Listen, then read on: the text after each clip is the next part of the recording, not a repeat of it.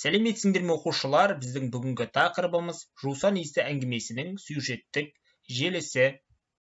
Ал оқу мақсатына тоқталатын болсақ, әдеби шығарманың жанрын, фабуласын, сюжетін анықтау. Қазақ әдебиетінде өзіндік қолтаңбасы бар жазушы Сайын Мұратбеков қазіргі Алматы облысы Ақсу ауданындағы Қоңыр ауылында 1936 жылы 15 қазанда дүниеге келген. Сайынды жастайынан атасы Мұратбек бауырына салып тәрбиелеген. Әкесі Сапарғали Ұлы Отан соғысына қатысқан майдангер. Соғыс жылдарындағы ауыртпалықтар мен қиындықтарды Сайын өз көзімен көріп, сол тірлікке қоян қолтық араласқан.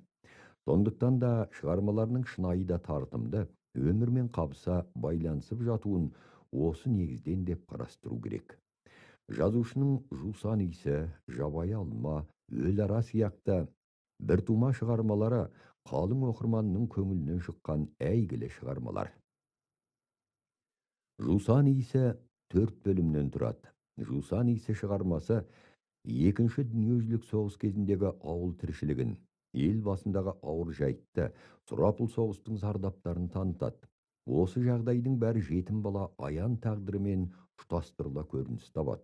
Аян жетімдігіне, ауырда талғысы көп болған өміріне қарамастан, алдағы күннен күтер үміті зор жасөспірім. Қайсарда мығым Аян арманшыл, ойдан шығарған ертегілер мен әңгімелер арқылы ауыл балаларын өзіне еліктіріп алады. Оның ертегілерінің кейіпкерлері де асқақ рухты, батылда ержүрек. Аянның арманы, ой мүддесі ойдан шығарған кейіпкерлері іс-әрекетінен табылып жатады. Қайта-қайта шыға берген аяғының зардабы оны мұқалталмақ емес. Себебі Аян өр рухты, асқақ арманның иесі. Жазушының білдірер ойы, адамның қиындықпен күресе білуі, талап пен жігер қашанда адамды шыңдай түседі дегенге саяды. Шығармадағы Аянның прототипі Сайынның туған жері Қоңыр ауылындағы өзінің қатарласы Ұзақбай деген бала болған. Қаламгердің өмірі мен шығармашылығы туралы бейнероликті тамашалап болсақ, оқушылар келесі сұрақтарға жауап беріңіздер. Сайын Мұратбеков қашан, қай жерде дүниеге келді? Жусан иісі повесінің басты кейіпкері кім? Аян бейнесі шын өмірде кімнің прототипі?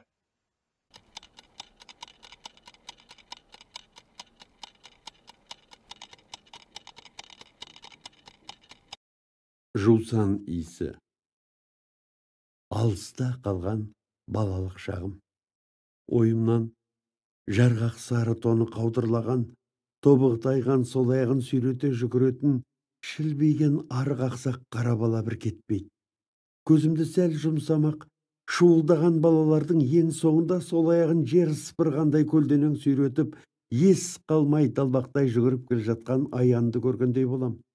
Сондайда оның алқына шыққан әлсіз, жіңішке дауыспен: «Ей, тоқтаңдаршы, мен сендерге бүгін кешегіден де қызық ертегі айтамын» деген жалынышты үнін естимін. Әуелде біз балалар оның ертегі айтатынын білгеніміз жоқ. Ол әжесі екеуі біздің ауылға 42-ші жылдың жазында көшіп келген.